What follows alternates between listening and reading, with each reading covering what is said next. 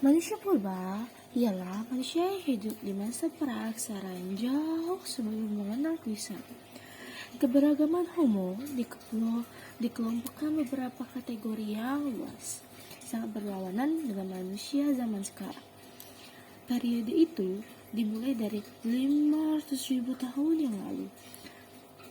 Dan ada juga ilmuwan yang mengakui teori evolusi yang percaya bahwa ada manusia purba yang menjadi nenek moyang umat manusia. Jenis-jenis manusia purba. Manusia purba sendiri terbagi lagi menjadi 7 jenis nih. Yang pertama adalah Meganthropus paleojavanicus, merupakan jenis manusia purba paling tua yang berada di Indonesia. Manusia purba ini ditemukan oleh von Koenigswald dan Weidenreich sekitar tahun 1936 sampai 1941 di Sangiran. Jenis kedua adalah Pithecanthropus, dipercaya sebagai jenis manusia purba yang paling banyak ditemukan di Indonesia. Ditemukan oleh Eugene Du Bois pada tahun 1981 di Trinidad. Pithecanthropus sendiri terbagi lagi menjadi 3. Yang pertama adalah Pithecanthropus erectus, Pithecanthropus robustut, dan Pithecanthropus mojokensis. Jenis ketiga adalah Homo sapiens. Homo sapiens adalah manusia purba yang berkembang dari jenis manusia sebelumnya dan telah menunjukkan ciri-ciri selayaknya manusia pada zaman sekarang. Di Indonesia sendiri nih, Homo sapiens terbagi lagi menjadi 3. Yang pertama adalah Homo soloensis yang ditemukan William Frederick dan von Koenigswald di Bengawan Solo, dan Homo floresiensis oleh Peter Brown dan Mike J. Mockworth di Gua Liangbua, dan terakhir Homo wajakensis oleh Van Riethouten yang ditemukan di Wajak. Jenis keempat adalah Ardipithecus romidus, hidup sekitar 4,4 juta tahun yang lalu dan banyak ditemukan di Ethiopia, Afrika Timur oleh Yohannes Haile Selassie pada tahun 1994. Jenis kelima adalah Sinanthropus pekinensis, hidup pada 780.000 sampai 230.000 tahun yang lalu dan banyak ditemukan di Zhoukoudian di dekat Beijing, Tiongkok. Sinanthropus pekinensis sendiri ditemukan bagian tubuhnya oleh Davidson Black. Jenis keenam adalah Homo rhodesiensis, hidup sekitar 400.000 sampai 125.000 tahun yang lalu dan ditemukan oleh Tom Zwicklow di Rhodesia. Jenis terakhir adalah Homo cro-magnon, hidup sekitar 40.000 sampai 10.000 tahun yang lalu dan diperkirakan sebagai manusia modern atau Homo sapiens tertua di Eropa. Nah, hasil kebudayaan manusia purba. Yang pertama ini ada kapak perimbas. Kapak perimbas adalah sejenis kapak yang digenggam dan berbentuk masif. Hal ini berupa batu yang dibentuk menjadi semacam kapak. Teknik pembuatannya nih guys, masih kasar dan tidak mengalami perubahan dalam waktu yang panjang. Bagian tajam kapak jenis ini hanya pada satu sisi. Nah, yang kedua ada kapak genggam. Kapak genggam juga sebagai alat penumbuk serta pengerus.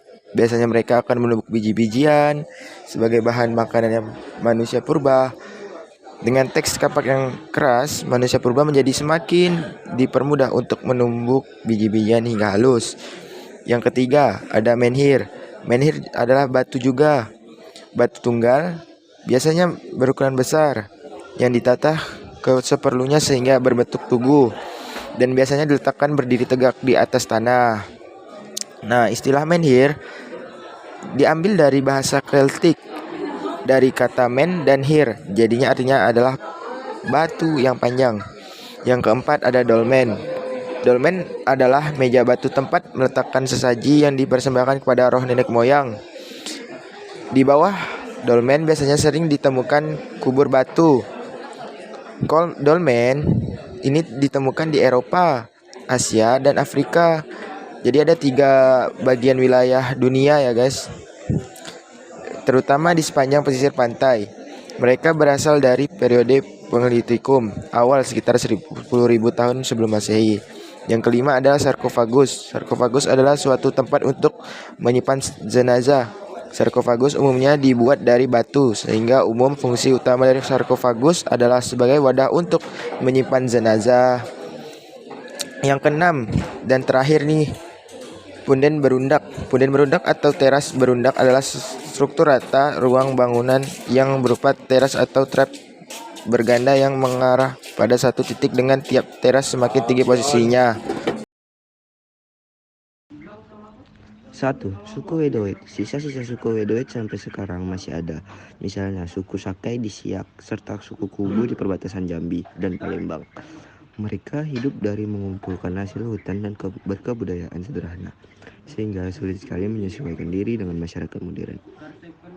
Yang kedua, suku Negroid. Di Indonesia sudah tidak terdapat lagi sisa-sisa kehidupan suku Negroid. Akan tetapi masih ada di pedalaman Malaysia dan Filipina keturunan suku Negroid. Suku yang masuk suku Negroid misalnya suku Semang di Semenanjung Malaysia dan suku Negrito di Filipina. 3. Suku Melanesia. Pada kawasan Indonesia Timur, penduduknya termasuk ras Melanesia meskipun lebih populer disebut dengan orang Indonesia Timur. Etnis Melanesia di Indonesia banyak berada di Pulau Maluku menuju ke Pulau Fiji. Umumnya kelompok ras Melanesia memiliki kulit berwarna gelap, rambut yang bertekstur keriting, struktur tulang yang besar dan kokoh, serta badan yang terlihat atletis. Kesimpulan dalam kehidupan. Manusia purba dapat didefinisikan sebagai manusia yang hidup pada masa praaksara. Manusia purba juga dipercaya menjadi nenek moyang umat manusia.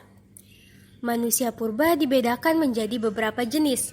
Keberadaan manusia purba dipercayai oleh banyak ilmuwan karena ditemukannya berbagai macam peninggalan prasejarah dan fosil-fosil tubuh.